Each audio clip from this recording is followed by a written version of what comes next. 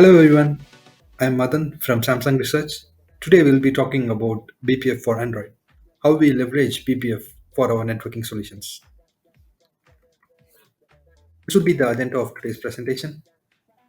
We talk about the real-time data prioritization mode. During and post-pandemic, the online video calling and online gaming skyrocketed. So we'll discuss about the problems which you, me, everyone faced. Next, we'll be quickly running through the 5G mobile hotspot and the eBPF assisted control and monitoring. First, let's start with the BPF based prioritized real time mode, a better online calling and gaming experience for our Galaxy users. The multitasking has become very common in the recent smartphones. Multiple app traffic compete with each other to grab more bandwidth. We can broadly classify the app traffic into two categories: the real time app, such as the video calling, online gaming, XR, which are very sensitive to the loss or any jitter in the network. On the other hand, we have the bandwidth intensive applications such as downloads and your high quality streaming and so on. So these try to grab more bandwidth and are little tolerable to the delays. What if the real time traffic is in the same lane of the non real time traffic? So definitely the video calling and the gaming would suffer. Whenever there's a download, we saw a very high latency and also a jitter in the online gaming and same in the video calling apps as well. We introduced a priority real-time lane, which can help the real-time lane go fast out of our device and to prioritize the real-time packets. Hence, we introduced our intelligent Wi-Fi data prioritization mode. Once you go to your Wi-Fi, intelligent Wi-Fi setting, you will be able to see prioritize real-time data traffic.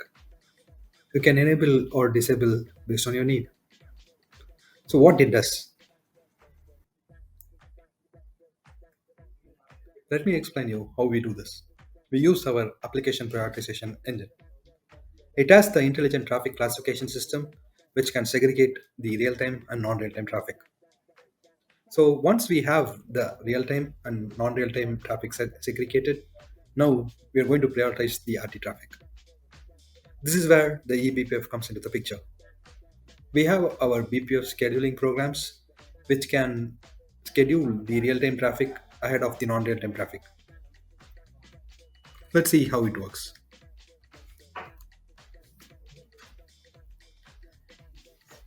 The apps in the Android are identified using the user ID. Every app you install will have a unique user ID. Let's say there are two apps, 10239 and 20546, and we want to prioritize the traffic from 10239, which can be a video calling app. There is also a limitation that we cannot use the UID information in the ingress. So we are planning to use a eBPF map, which can give you the unique key to identify the real-time traffic. So the entire flow is like this. Once we have this egress, we just check if a specific UID has to be prioritized. If it has to be prioritized, we populate the five tuples, the protocol, source IP, source port, destination IP, and the destination port, and we get a unique key for a specific traffic. We have a different map for IPv4 and IPv6. We decide based on the type of the Wi-Fi connection. So once the packet comes in, that is the downlink packet coming from the access point to the UE, the ingress program looks into this eBPF map, V4 and V6 map, and it decides whether it has to be in the priority lane or it can be delayed or restricted. So based on our eBPF map and the scheduling eBPF programs, we are able to prioritize on the packets of 10239 or the real-time video calling apps. Next, let's see about how APE eBPF program looks like. We pin our program in the ingress and egress queues with the help of TC. We have the rate at which the non-real-time traffic can flow.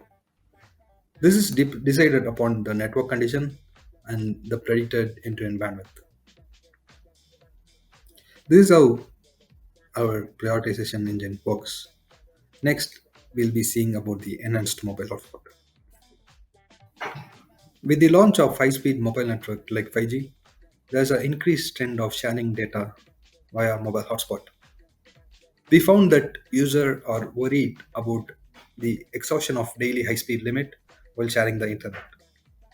More the speed, more faster it can exhaust. Yes, we heard you. So we came up with this enhanced Samsung mobile hotspot. We are introducing features that will relieve you of your worries about data sharing over the mobile hotspot. We are enhancing the hotspot features which can help the end users like BPF assisted monitoring of the mobile data usage in the hotspot for every clients, and we also give more control to the mobile hotspot host so that he can set the data limit, time limit, and so on. Also, there is a possibility of restricting some users to access the shared data. You can now amp up your data sharing experience and do more with the Samsung mobile hotspot.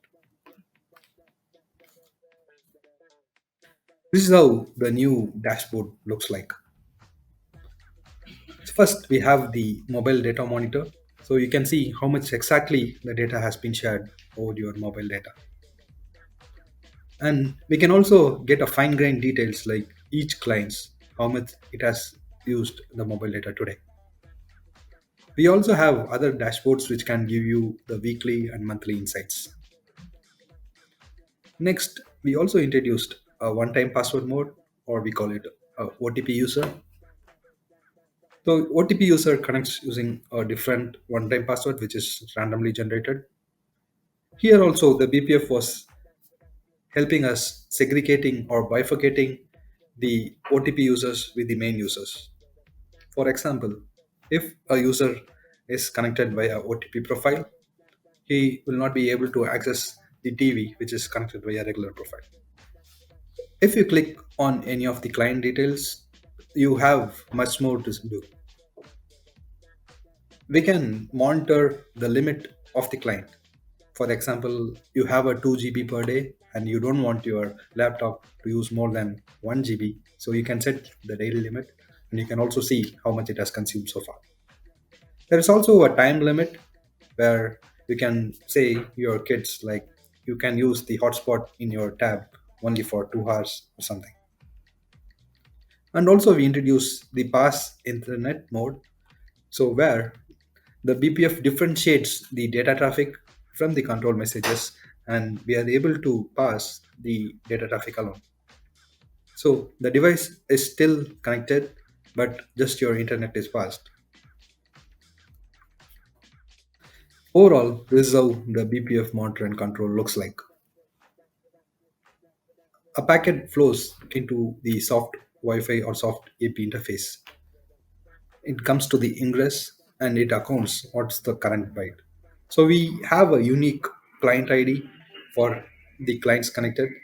So based on the client ID, it tries to find whether the client has to be passed or is there any total or global pass limit for the specific mobile data and so on.